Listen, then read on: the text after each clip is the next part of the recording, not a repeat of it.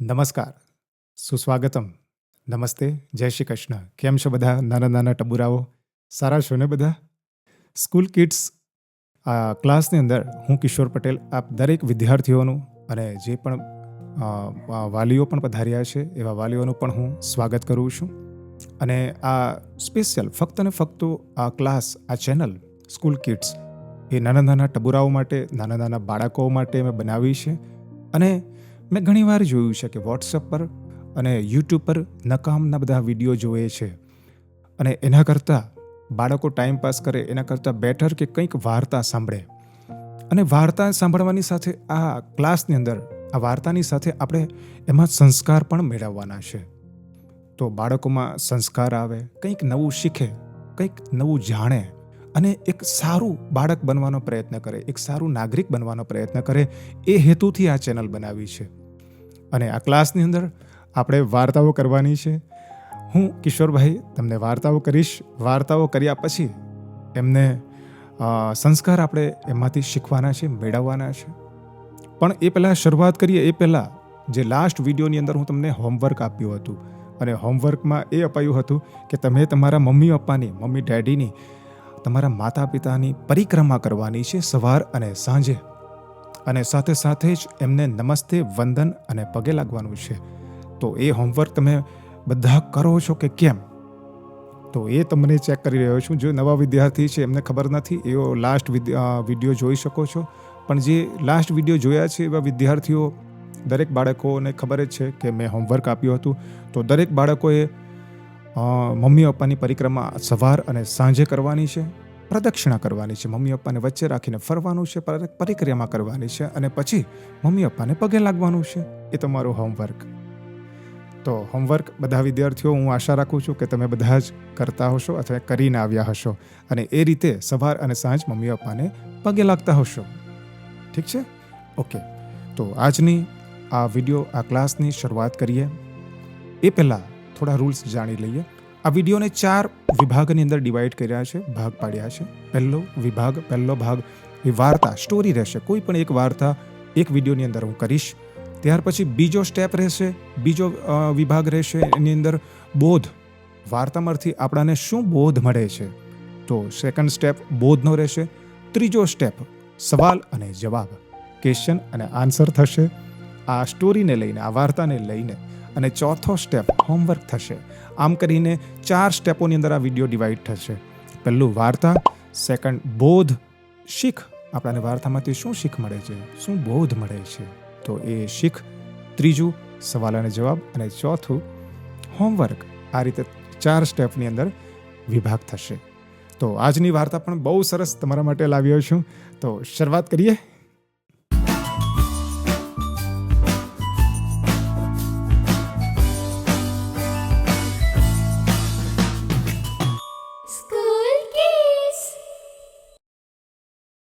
Okay, વાર્તાની શરૂઆત કરીએ છીએ હવે આપણે. આજની વાર્તા છે બ્રાહ્મણ અને 3 ચોર. બહુ સરસ વાર્તા છે, મને બહુ ગમે છે, અને અમારા નાના દીકરાને પણ બહુ ગમે છે. અને સ્પેશિયલ આ વાર્તા તમારા માટે મેં આજે રજૂ કરી રહ્યો છું. બહુ સરસ વાર્તા છે, બ્રાહ્મણ અને 3 ચોર. તો શરૂઆત કરીએ. બહુ પૌરાણિક વાત છે, બહુ જૂની વાત છે, જૂના જમાનાની વાત છે કે જ્યારે વાહનો નહીં હતા, બળદગાડું અને ઘોડાગાડીનો જમાનો હતો. એ સમયગાળાની એક આ વાત કરી રહ્યો છું બ્રાહ્મણની. તો એક ગામની અંદર એક બ્રાહ્મણ હતા. બ્રાહ્મણની વાત કરીએ, વાતની શરૂઆત કરીએ, સ્ટોરી આગળ વધાવીએ, પણ બ્રાહ્મણની વાત કરીએ તો બ્રાહ્મણની બીજો એક સમાનાર્થી શબ્દ છે ભૂદેવ. બ્રાહ્મણનો અર્થ થાય છે, બીજું નામ છે ભૂદેવ. ભૂ વત્તા દેવ એટલે કે ભૂદેવ. ભૂ એટલે પૃથ્વી, દેવ એટલે દેવતા. તો પૃથ્વીના દેવતા કોણ છે? તો બ્રાહ્મણ. આદિકાળની અંદર તમે જોયું હશે, રામાયણ જોયું હશે, મહાભારત જોયું હશે, તેની અંદર તમે જોયું કે ઋષિમુનિ લોકો હતા. તો ઋષિમુનિઓ અત્યારે હાલમાં કળિયુગમાં નથી, પણ એની જગ્યા પર બ્રાહ્મણ છે. એ ઋષિમુનિ એ જ બ્રાહ્મણ. તો પૃથ્વીના દેવ કોણ? ભૂદેવ એટલે કે બ્રાહ્મણ. અને બ્રાહ્મણ એ ઋષિમુનિ હતા પહેલાના જમાનામાં. તો વાર્તાની શરૂઆત કરીએ એ પહેલાં એ તમને એક વાત અચૂક કહેવાનું મને મન થાય છે કે દરેક બ્રાહ્મણોનું સ્વાગત થવું જોઈએ અને સન્માન થવું જોઈએ. કારણ કે એઓ પૃથ્વી પરના દેવતા છે. બ્રાહ્મણનું કામ શું છે? તો બ્રાહ્મણનું કામ પૂજા કરાવવાનું, યજ્ઞ કરાવવાનું, કોઈ વિધિ કરાવવાની, એ કામ છે. તો પૃથ્વીના દેવતાઓ બ્રાહ્મણને, જે પણ બ્રાહ્મણો છે એમને હું પણ નતમસ્તક વંદન કરું છું. તો એવા એક બ્રાહ્મણની કથા છે, એક બ્રાહ્મણની વાર્તા છે. તો બહુ આદિકાળના જમાનાની અંદર બ્રાહ્મણ લોકો એક ગામથી બીજા ગામની અંદર જ્યારે કથા અથવા કોઈક ક્રિયાકાંડ, કર્મકાંડ કરવા જતા હતા ત્યારે વાહનો નહોતા, ત્યારે બળદગાડી અને ઘોડાગાડીનો જમાનો મેં તમને કહ્યું તેમ. તો બળદગાડી અને ઘોડાગાડી પણ જે અમીર લોકો હોય, જે સારા ધનવાન છે વ્યક્તિઓ, એ લોકો પાસે હોય. બાકી નોર્મલ જે ગરીબ વર્ગ હતા એઓ એક ગામથી બીજે ગામ ચાલતા જતા હતા. આ બ્રાહ્મણ પણ યજ્ઞ કરવા માટે એક યજમાનના ઘરે બાજુના ગામની અંદર ચાલતા ચાલતા જાય છે અને ત્યાં પહોંચ્યા બાદ તેઓ યજ્ઞ કરે છે યજમાનના ઘરે. યજમાન એટલે જે પણ વ્યક્તિ ક્રિયા કરાવી રહ્યું છે, પૂજા કરાવી રહ્યું છે, કથા કરાવી રહ્યું છે, યજ્ઞ કરાવી રહ્યું છે, એ વ્યક્તિને યજમાન કહેવામાં આવે. તો યજમાનના ઘરે યજ્ઞ કરે છે અને યજ્ઞ કર્યા બાદ સંધ્યા ટાણે, એટલે કે સંધ્યા સમયે, સંધ્યા એટલે સાંજના સમયે ફરીથી પાછા એ બ્રાહ્મણ પોતાના ઘરે પાછા ફરે છે. બાજુના ગામમાંથી સંધ્યા થઈ ગઈ છે, થોડું થોડું અંધારું થવા આવ્યું છે. તો એ યજ્ઞ જ્યારે કરે છે તો એ યજ્ઞની અંદર પેલા યજમાન એ બ્રાહ્મણને એક બકરીનું બચ્ચું આપે છે. હવે એવું કહેવાયું છે શાસ્ત્રમાં આપણા કે જ્યારે કોઈ પણ કર્મકાંડ થતું હોય, યજ્ઞ થતા હોય ત્યારે બ્રાહ્મણને દાન કરવામાં આવતું. અને કહેવાય છે કે આપણા ભારતીય સંસ્કૃતિની અંદર દાનનું ખૂબ જ મહત્વ છે. શાસ્ત્રમાં એવું લખાયું છે કે બ્રાહ્મણને તમે દાન કરો છો તો અનાજનું દાન કરી શકો. તમે કોઈ ઘઉં, જુવાર, ચોખા, એ અનાજનું તમે દાન કરી શકો છો. ત્યારબાદ વસ્ત્રનું દાન કરી શકો છો. ત્યાર પછી કોઈ એનિમલ્સ, પ્રાણીઓનું તમે દાન કરી શકો છો. અને ત્યારબાદ સોનું, ચાંદી એનું દાન કરી શકો. આજના યુગમાં એ બધી વસ્તુ પોસિબલ નથી, એટલે બ્રાહ્મણને દક્ષિણા આપીને આપણે છૂટા કરીએ છીએ અને વંદન કરીએ છીએ. તો એ જમાનાની અંદર યજમાનના ઘરે જ્યારે યજ્ઞ થયો ત્યારે એ યજમાને બ્રાહ્મણને બકરીનું બચ્ચું આપ્યું. બકરીનું બચ્ચું દાન પેટે આપ્યું હતું બ્રાહ્મણને. એ બકરીનું બચ્ચું ને દોરી બાંધીને બ્રાહ્મણ દેવતા પોતાના ઘરે વાપસ પાછા ફરીથી જઈ રહ્યા હતા. એટલે ચાલુ રસ્તામાં જ્યારે બકરીનું બચ્ચું આમ તેમ ભાગવા માટે પ્રયત્ન કરતો હતું એટલે બ્રાહ્મણને વિચાર આવ્યો કે ભાઈ બકરીનું બચ્ચું આજુબાજુ કંઈક જંગલમાં જતું રહેશે તો મેં ક્યાં શોધીશ? સંધ્યા પણ થઈ ગઈ છે, સાંજ થઈ ગઈ છે. તો એમણે એ બકરીનું બચ્ચુને પોતાના ખભા પર, પોતાના શોલ્ડર પર ઉઠાવી લીધું અને એ ઉઠાવીને એ બકરીના બચ્ચાને ઉઠાવીને બ્રાહ્મણ પોતાના ઘરે જઈ રહ્યા છે. હવે બ્રાહ્મણ અને એ બકરીના બચ્ચાને વનની અંદર, એટલે કે જંગલમાં આજુબાજુની ઝાડીઓમાંથી 3 ચોર જોઈ છે. આ 3 ચોરની હું વાત કરીએ, ચોરની એક સામાન્ય વ્યાખ્યા કરી લઈએ. ચોર એટલે કોઈકનું વસ્તુ પડાવી લેવું, કોઈકનું વસ્તુ છીનવી લેવું, કોઈકનું વસ્તુ કપટથી એની પાસેથી લઈ લેવું, મેળવી લેવું, એને ચોરી કહેવામાં આવે છે. તો 3 ચોર એ માર્ગની અંદર છુપાયેલા હતા, જોતા હતા કે બ્રાહ્મણ બકરીનું બચ્ચું લઈને જઈ રહ્યા છે. તો એઓને મનમાં વિચાર આવ્યો કે લાવની આ બ્રાહ્મણ પાસેથી બકરીનું બચ્ચું આપણે લઈ લઈએ અથવા ચોરી લઈએ. ચોર લોકો બ્રાહ્મણ પાસે ચોરી કરે એના કરતા એક યુક્તિ એવો કરી. 3 ચોર ભેગા થયા અને મનની અંદર એ લોકો અંદર એક યુક્તિ કરી રહ્યા છે. 3 ચોર થોડે અંતરે વેચાઈ જાય છે અને પહેલો ચોર બ્રાહ્મણ પાસે આવે છે, મળે છે. બ્રાહ્મણ આવી રહ્યા હતા અને એની સામેથી પેલા ચોર આવે છે અને ચોર બ્રાહ્મણને કહી રહ્યા છે કે નમસ્તે મહારાજ, જય શ્રી કૃષ્ણ. મહારાજે પણ જય શ્રી કૃષ્ણ કર્યું. અને ત્યારબાદ પેલા ચોરે કહ્યું મહારાજને કે મહારાજ તમે આ શું કરી રહ્યા છો? તો મહારાજે કહ્યું કે શું, હું તો મારા ઘરે જઈ રહ્યો છું. અને ના પણ તમારા ખભા પર શું છે? તો કે બકરીનું બચ્ચું છે, મને દાન પેટે મળ્યું છે, યજમાને આપ્યું છે, હું મારા ઘરે લઈ જાઉં છું. તો પેલા ચોર કહ્યું કે ના મહારાજ, આ તમે બકરીનું બચ્ચું નથી, આ તો કૂતરાનું બચ્ચું છે ભાઈ. તો મહારાજનું મગજ ફર્યું અને કહે છે કે તને મૂર્ખ છે તું, આ તને કૂતરાનું બચ્ચું દેખાય છે? અરે બકરીનું બચ્ચું છે. તો ચોર કહે છે કે ના ના મહારાજ, તમને કંઈક ભૂલ થાય છે, આ અપવિત્ર કહેવાય, તમે તો બ્રાહ્મણ દેવતાઓ છો, અને આ કૂતરાને અપવિત્ર જાનવરને તમે પોતાના ખભા પર ઉપાડીને ક્યાં લઈ જઈ રહ્યો છો? તમારી કોઈ મશ્કરી કરશે, તમારે સ્નાન કરવું પડશે નદીમાં અને ત્યારબાદ ઘરે જવું પડશે. બ્રાહ્મણ દેવતા તો માન્યા નહીં. કોઈક આ માણસ કોઈક બુદ્ધિ વગરનો લાગે છે, આમ કરીને આગળ વધે છે અને પેલો ચોર પણ જતો રહે છે. થોડા આગળ ચાલે છે એટલે બીજો ચોર એઓની યુક્તિ પ્રમાણે મહારાજ પાસે, એટલે કે પેલા બ્રાહ્મણ પાસે પહોંચે છે. અને એ ચોરે પણ એમ જ કહ્યું, એવું જ કહ્યું બ્રાહ્મણને કે નમસ્તે બ્રાહ્મણ, અને નમસ્તે બ્રાહ્મણ દેવતા, તમે આ કૂતરાનું બચ્ચું લઈને ક્યાં જાઓ છો? બ્રાહ્મણ મનમાં વિચાર કરવા લાગ્યો કે મેં તો બકરીનું બચ્ચું પાડ્યું છે, તો આ કૂતરાનું બચ્ચું કેમ કહી રહ્યા છે બધા વારા ફરતી? મારી કોઈ ભૂલ થઈ રહી છે? તો કહેવા લાગ્યા કે ના ભાઈ, આ તો બકરીનું બચ્ચું છે, કૂતરાનું બચ્ચું ક્યાં? તમને કેમ દેખાતું નથી? તો પેલા ચોરે કહ્યું કે ના મહારાજ, તમારી કંઈક ભૂલ થાય છે, અપવિત્ર જાનવરને લઈને ક્યાં જાઓ છો? તમારી કોઈ મશ્કરી કરશે, તમને આ વસ્તુ નહીં શોભે. બ્રાહ્મણ થોડા મૂંઝાયા અને માન્યું નહીં, અને ચોર જતો રહ્યો. સહેજ વિચારતા વિચારતા બ્રાહ્મણ આગળ જાય છે.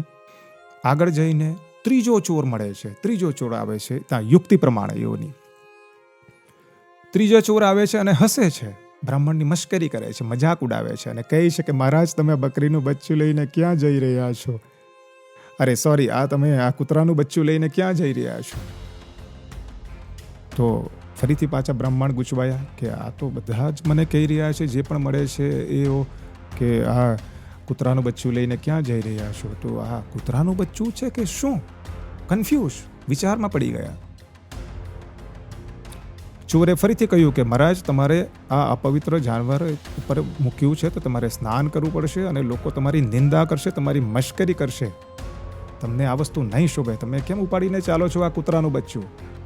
બ્રાહ્મણ ચૂપ થઈ ગયા, કંઈ બોલ્યા નહીં. અને આમ કહીને પેલા ચોર તો જતા રહ્યા. 3 ચોર આ રીતે કૂતરાનું બચ્ચું કહ્યું, જ્યારે કે એમના ખભા પર બકરીનું બચ્ચું છે, જે દાન પેટે યજમાન દ્વારા મળ્યું હતું. બ્રાહ્મણ દેવતા આગળ વધે છે અને મનમાં વિચાર કરે છે, અને એક જગ્યા પર એક વૃક્ષના એક વડલો હતો, એ વડલાના છાંયડામાં ત્યાં બેસે છે અને વિચાર કરે છે કે મારી કંઈક ભૂલ થાય છે કે શું? કેમ કે મને જે પણ વ્યક્તિ માર્ગમાં મળ્યા છે, એમણે દરેકે મને કહ્યું છે કે આ બકરીનું બચ્ચું નથી પણ કૂતરાનું બચ્ચું છે, અને કદાચ મેં કૂતરાનું બચ્ચું લઈને ઉપાડીને જઈ રહ્યો છે કે શું? અને કૂતરાનું બચ્ચું જો હોય તો મારા માટે તો એ તો અપવિત્ર જાનવર કહેવાય, અને લોકો મારી વિશે શું વાત કરશે? ચાલો જે બી હોય, પણ મારી આંખ ખુલી ગઈ છે, અને હવે મારે આ કૂતરાનું બચ્ચું છોડી દેવું જોઈએ. આમ કરીને પછી બ્રાહ્મણ દેવતાએ પોતાના ખભા પર, શોલ્ડર પર જે પણ મૂક્યું હતું બકરીનું બચ્ચું, એમને જંગલમાં, ઝાડીમાં છોડી દે છે, અને એક નદી વચ્ચે આવે છે, ત્યાં સ્નાન કરીને પછી પોતાના ઘરે જાય છે. ચોરોને તો આ જ જોઈતું હતું, એમને તો બકરીનું બચ્ચું જ જોઈતું હતું, અને એમને યુક્તિ કામ કરી ગઈ. અને 3 ચોર ભેગા હતા, ઝાડીમાં જોતા હતા અને સંતાઈને એવો બધું વસ્તુને નોટિસ કરતા હતા. અને જેવું બ્રાહ્મણે બકરીનું બચ્ચું છોડ્યું એટલે 3 ચોર ભેગા થઈને એ બકરીનું બચ્ચું લઈ લીધું, અને એઓનું કામ થઈ ગયું. અહીં વાર્તા પૂરી થાય છે. આ વાર્તા પરથી હવે આપણને બોધ શું મળે છે? આ વિડીયોનો, એટલે કે આપણા ક્લાસનો સેકન્ડ સ્ટેપ બોધ છે. બોધ એટલે શીખ. આ વાર્તામાંથી આપણને શું શીખવાનું મળે છે એના વિશેની ચર્ચા કરીએ, જે કે મહત્વની છે, ખૂબ જ મહત્વની છે. અને આપણે આ ક્લાસની અંદર વાર્તાને મહત્વ નથી આપતા, પણ વાર્તા દ્વારા આપણને શું શીખવાનું મળે છે, શું જાણવાનું મળે છે, એ સંસ્કાર આપણે મેળવવાના છે. એટલે બોધ પર વિશેષ ધ્યાન આપજો, બરાબર ધ્યાન આપજો. તો શીખ એ મળે છે કે કોઈ પણ અસત્ય વારંવાર જ્યારે આપણા કાન પાસે ઠોકાય છે, આપણા મન પાસે ઠોકાય છે, અથવા આપણી પાસે નજીક આવે છે અસત્ય, ત્યારે આપણાને એવું લાગે છે કે વારંવાર આવતું આ અસત્ય નથી પણ સત્ય છે, સાચું છે, એવું લાગે છે. પણ આવા સંજોગોની અંદર લોકોનું કે અન્ય વ્યક્તિઓનું ન માનતા આપણા મનનું, આપણા હૃદયનું માનવું જોઈએ. આપણા પોતાના વિચારથી માનવું જોઈએ અને નક્કી કરવું જોઈએ કે હું જે પણ નોટિસ કરી રહ્યો છું અથવા હું પણ જોઈ રહ્યો છું એ સાચું છે કે ખોટું છે. અને પોતાની મરજી પ્રમાણે કરો, પોતાના ધ્યાન પ્રમાણે કરો, પોતાના વિચાર પ્રમાણે કરો, પોતાની બુદ્ધિ પ્રમાણે કરો. એક ઉદાહરણથી સમજાવું છું. ક્લાસની અંદર આપણે ઘણીવાર જોયું છે કે એક્ઝામ ચાલતી હોય, પરીક્ષા ચાલતી હોય, એ સમયગાળા દરમિયાન આપણે માનો કે મેથ્સ ગણિતની એક્ઝામ ચાલી રહી છે. તો એક્ઝામની અંદર આપણે જોયું છે કે કોઈક દાખલો ગણતા હોય તો એનો આન્સર આપણે સપ્લિમેન્ટરીની અંદર લખી દીધો છે કે 51 આન્સર છે. એક એક્ઝામ્પલ તરીકે શીખવું છું. તો 51 આન્સર છે, પણ આપણી જોવાની આજુબાજુની આદત છે એટલે લાવની આજુબાજુના વિદ્યાર્થીઓએ શું લખ્યું છે અથવા એમનો આન્સર શું છે એ જાણવાની ઈચ્છા થાય. એટલે આજુબાજુ જરાક જોઈ તો આજુબાજુમાં તો 51 આન્સર નથી લખ્યો ભાઈ, એનો તો આન્સર છે 45. આ બાજુ વિદ્યાર્થી જે બેઠેલો છે એનો બી આન્સર છે 45 અને આ બાજુ વિદ્યાર્થી બેઠો છે એનો પણ આન્સર છે 45 અને મારો તો 51 છે આન્સર. તો બંનેનો 45 આન્સર છે તો મારો જ ખોટો હશે. લાવ ભાઈ હું પણ એ જ કરી દઉં. આમ કરીને પછી છેકી નાખીએ છીએ અને પછી આપણે લખી દઈએ છીએ એનો આન્સર 45. એકચ્યુઅલી એ 45 આન્સર ખોટો છે. જ્યારે સપ્લિમેન્ટરી તપાસાઈ છે, રિઝલ્ટ ડિક્લેર થાય છે ત્યારે આપણાને શિક્ષક સપ્લિમેન્ટરી આપે છે, આપણે ચેક કરીએ ત્યારે જોઈએ છે કે આપણો દાખલો એ ખોટો પડ્યો છે કારણ કે એનો આન્સર ખરેખર 51 છે, 45 નથી. એટલે કે આજુબાજુ બેઠેલા જે પણ વિદ્યાર્થી છે એમણે ખોટું લખ્યું છે, પણ આપણું મન એવું કહે છે કે ના, એ બંને જણા સાચા જ હોવા જોઈએ કારણ કે બંનેનો આન્સર સેમ છે. તો આપણે જ ખોટા છે અને એને લઈને પછી આપણને એવો વિશ્વાસ હોય તે પણ વિશ્વાસ આપણો ડગી જતો છે અને ત્યારબાદ પછી આપણે એઓનું માની લઈએ છીએ, સ્વીકારી લઈએ છીએ અને આપણે એના પર છકીને પછી 45 લખીએ છીએ. એ ભૂલ કરીએ છીએ. તો હવે પછી આવી ભૂલ નહીં થાય એની કાળજી રાખો. અને આજુબાજુ જોવાનું પહેલાં તો કામ જ નથી. આજુબાજુના વિદ્યાર્થીઓનો આન્સર શું છે, એમની સપ્લિમેન્ટરીમાં એ લોકો શું લખે છે એ જાણવાની આપણાને જરૂર નથી. એને શું કહેવાય છે ખબર? ચોરી કહેવાય છે. જે પેલા અત્યારે વાર્તામાં 3 ચોરો લોકોની જે વૃત્તિ હતી, જે ચોરી કરવાની, જે બકરીનું બચ્ચું પડાવી લેવાની, એ વૃત્તિ એને ચોરી કહેવાય. એ ચોરી તમે કરી રહ્યા છો. તો જ્યારે પણ તમારી પરીક્ષા હોય, એક્ઝામ હોય, કોઈ પણ સબ્જેક્ટની એક્ઝામ હોય ત્યારે ચોરી નહીં કરો. આજુબાજુ જુઓ નહીં. સપ્લિમેન્ટરીમાં કોણે શું લખ્યું છે એના પર ધ્યાન નહીં આપો. તમારે તમારું કામ ભલું અને તમે ભલા. તમારે બસ સપ્લિમેન્ટરીમાં ધ્યાન આપવાનું છે. જે પણ વાંચ્યું છે, જે પણ યાદશક્તિ છે, તમારો મેમરી પાવર છે, એને ઉપયોગ કરીને સપ્લિમેન્ટરીમાં લખો અને એના પર જ ધ્યાન આપો અને એના પર જ ફોકસ આપો. આજુબાજુના વિદ્યાર્થી જે પણ લખે છે એના પર ધ્યાન નહીં આપો. તો આ વાર્તામાંથી એ બોધ મળી રહ્યો છે કે આપણે હંમેશા આપણા મનનું કરવું જોઈએ, આપણા વિચાર પ્રમાણે, આપણા બુદ્ધિ પ્રમાણે જ કરવું જોઈએ. એ બોધ મળે છે. ચાલો, અને હવે છે ક્વેશ્ચન અને આન્સર, પ્રશ્ન અને જવાબ. તો શરૂઆત કરીએ. પહેલો પ્રશ્ન, બધાએ વાર્તા સાંભળી છે એટલે હવે જવાબ આપવાનો છે, બધાએ સમજાવવાનું છે અને એનો આન્સર કરવાનો છે. પહેલો પ્રશ્ન, બ્રાહ્મણ બાજુના ગામમાં શા માટે જઈ રહ્યા હતા? જવાબ તમારે આપવાનો છે. બધાએ વાર્તા સાંભળી જ છે. જવાબ આપો. ઓકે, તો બ્રાહ્મણ દેવતા બાજુના ગામમાં યજ્ઞ કરવા માટે જઈ રહ્યા હતા. રાઈટ? ઓકે, નેક્સ્ટ ક્વેશ્ચન, બીજો સવાલ રહેશે, બ્રાહ્મણનું બીજું નામ શું છે? વાર્તા બધાએ સાંભળી છે એટલે બધાને ખબર જ છે. મને હવે આન્સર કરો, જવાબ આપો. ગુડ. બ્રાહ્મણનું બીજું નામ છે ભૂદેવ. ભૂ વત્તા દેવ. ભૂ એટલે કે પૃથ્વી, દેવ એટલે દેવતા. પૃથ્વીના દેવતા કોણ? તો બ્રાહ્મણ. તો બ્રાહ્મણનું બીજું નામ છે ભૂદેવ. બ્રાહ્મણ યજમાનના ઘરે યજ્ઞ કરી રહ્યા હતા ત્યારે એમને દાન પેટે શું મળે છે? ખૂબ જ સામાન્ય અને સિમ્પલ સવાલ છે. તો જવાબ આપો બધા. રાઈટ. બ્રાહ્મણને યજમાન દ્વારા દાન પેટે બકરીનું બચ્ચું મળે છે. આગળનો સવાલ, બ્રાહ્મણ જ્યારે બકરીનું બચ્ચું પોતાના ખભા પર લઈને જઈ રહ્યા હતા ત્યારે એમને જંગલમાં, ઝાડીઓમાં કોણ મળે છે? બ્રાહ્મણ દેવતા જ્યારે પોતાના ઘરે બકરીનું બચ્ચું ખભા પર મૂકીને જઈ રહ્યા હતા ત્યારે એમને ઝાડીઓમાં, જંગલમાં 3 ચોર મળે છે. આગળનો સવાલ, પહેલા ચોરે આવીને બ્રાહ્મણ દેવતાને શું કહ્યું? જવાબ આપો. સવાલ અને જવાબ થઈ રહ્યા છે, એટલે તમારે હવે આન્સર કરવાનું છે મને. ગુડ. તો એનો જવાબ છે કે ભાઈ બ્રાહ્મણ દેવતાની સામે જ્યારે પહેલા ચોર આવ્યા ત્યારે એમણે એવું કહ્યું કે બ્રાહ્મણ દેવતા, તમે આ કૂતરાનું બચ્ચું લઈને ખભા પર ક્યાં જઈ રહ્યા છો? આ જવાબ છે. આગળનો સવાલ, બ્રાહ્મણે આખરે બકરીના બચ્ચાને શું કર્યું? ગુડ.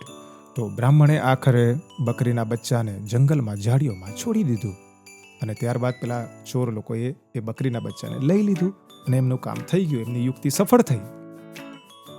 તો આ રહ્યા સવાલ અને જવાબ, ક્વેશ્ચન અને આન્સર. અને હવે વાત આપણો ચોથો સ્ટેપ જે વિડીયોના આવશે એ હોમવર્ક, કે હવે હોમવર્ક તમને શું મળે છે. તો આગળ વધીએ. તો દરેક બાળકોને હોમવર્ક આજે એ મળે છે કે તમારે કોઈ પણ દિવસ ચોરી કરવાની નથી. ચોરી એ આપણા ધર્મની અંદર, શાસ્ત્રની અંદર પાપ કહેવાયું છે. ચોરી એટલે મેં તમને કહ્યું છે કે કોઈ પણ વસ્તુ કોઈની પાસેથી લઈ લેવી, પડાવી લેવી, છીનવી લેવી, કોઈકનું હરામનું લેવું, કોઈકનું વસ્તુ લઈ લેવું, છીપટી લેવું, એને ચોરી કહેવાય છે.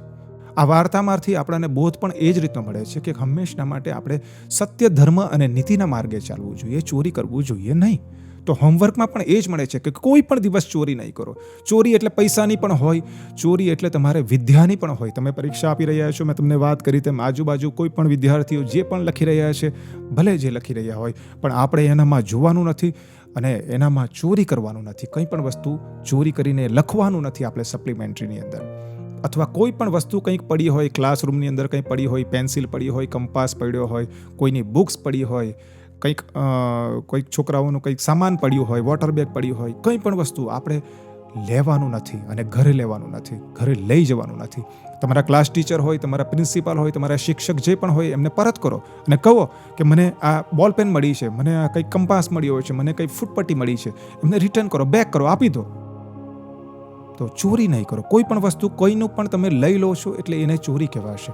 ઘરની અંદર પણ, ઘરમાં પણ તમે ધારો કે કંઈક મમ્મી પપ્પાએ કશે પૈસા મૂક્યા હોય, 5 રૂપિયા, 10 રૂપિયા, 50 રૂપિયા, 100 રૂપિયા જે પણ હોય, તો મમ્મી પપ્પાને પૂછ્યા વગર એને લો નહીં લો. એ ચોરી કહેવાશે. મમ્મી પપ્પાની ગેરહાજરીમાં અથવા મમ્મી પપ્પાને જાણ કર્યા વગર તમે કંઈ પણ પૈસાની કે કંઈ પણ વસ્તુની તમે લઈ લો છો તો એ ચોરી કહેવાશે. તો કોઈ પણ દિવસ આપણે ચોરી નહીં કરીએ. તો હોમવર્ક એ જ મળીએ છે કે સંકલ્પ કરો, એક પ્રતિજ્ઞા કરો કે આજ પછી આપણે કોઈ પણ વસ્તુની કે વિદ્યાની કે કંઈ પણ વાતની પણ ચોરી નહીં કરીશું અને હંમેશા સત્ય બોલીશું. જે પણ હોય તે સત્ય બોલીશું. મમ્મી પપ્પાને પણ કહી દેવાનું કે ભાઈ મમ્મી, મેં અહીંથી 10 રૂપિયા લીધા હતા આઈસ્ક્રીમ ખાવા માટે કે ચોકલેટ ખાવા માટે. જૂઠું નહીં બોલવાનું, સાચું જ બોલો. તમારા શિક્ષક હોય કે તમારા મમ્મી પપ્પા હોય, કોઈ પણ વ્યક્તિને તમે સાચું બોલશો તો એમને ગમશે. કોઈ પણ દિવસ તમે જૂઠું બોલશો એટલે મમ્મી પપ્પા તમારા પર ગુસ્સો કરશે. તો હંમેશા સત્યના માર્ગે ચાલવાનું છે. તો હોમવર્કની અંદર એ મળે છે. તો નેક્સ્ટ ટાઈમ તમારે ધ્યાન આપવાનું છે અને આ હોમવર્કને કમ્પ્લીટ કરવાનું છે કે ચોરી નથી કરવાની. ઠીક છે? તો સમય સમાપ્તિ કી ઘોષણા, બેલ વાગી ગયો છે અને હવે આપણે આ ક્લાસને પૂરો કરવાનો સમય પણ આવી ગયો છે. આવી અવનવી વાર્તાઓને લઈને હંમેશા માટે હું તમારી સામે પ્રગટ આવીશ અને અવનવી ઘણી બધી વાર્તાઓ આપણે શીખવાની છે, જોવાની છે, જાણવાની છે અને એ વાર્તાઓમાંથી આપણે સંસ્કાર મેળવવાના છે, સારું બનવાનું છે, શીખવાનું છે અને હંમેશા માટે બેસ્ટ આપણે બાળક બનવાનું છે, બેસ્ટ વિદ્યાર્થી બનવાનું છે. એ આપણું મુખ્ય આ ક્લાસનું ટાર્ગેટ છે. અને કદાચ જો તમને વાર્તા ગમે અને આ રીતની મારી વાતો ગમે તો તમારા જે પણ ફ્રેન્ડ્સ છે, તમારા જે પણ મિત્ર હોય, એમને પણ તમે આ વિડીયોને શેર કરો, જેથી કરી એ પણ જોઈ અને એ પણ સારું ડાયું છોકરું બની શકે. અને બીજું કે આ વાર્તા જે અત્યારે આજના દિવસે કરી, બ્રાહ્મણ અને બકરીનું બચ્ચું, બ્રાહ્મણ અને 3 ચોર, એ જે વાર્તા કરી એ 7મા ધોરણની અંદર પાઠ્યપુસ્તકની અંદર એટલે કે ટેક્સ્ટ બુકની અંદર આ વાર્તા છે. એ તમે જોઈ લેશો, એના પર ધ્યાન આપશો. બીજું કે તમારા મનગમતી કોઈ પણ વાર્તા એવું તમને ગમતી હોય તેવી વાર્તા તમને જો એવું લાગે છે કે ના, હું એ વાર્તા અહીં રજૂ કરું આ વિડીયોની અંદર, આ ક્લાસમાં, તો તમે કોમેન્ટ દ્વારા એ વાર્તા તમે મને કહી શકો છો, લખી શકો છો, જેથી કરી હું પણ નોટિસ કરીશ તમારી એ વાર્તા પર, તમારી પસંદ પર. અને જો શક્ય હોય તો એ વાર્તા હું અહીંયા આપણા ક્લાસની અંદર રજૂઆત કરવાનો પ્રયત્ન કરીશ. તો આજના માટે બસ એટલું જ. તો દરેક બાળકોને જય શ્રી કૃષ્ણ, નમસ્તે, નમસ્કાર.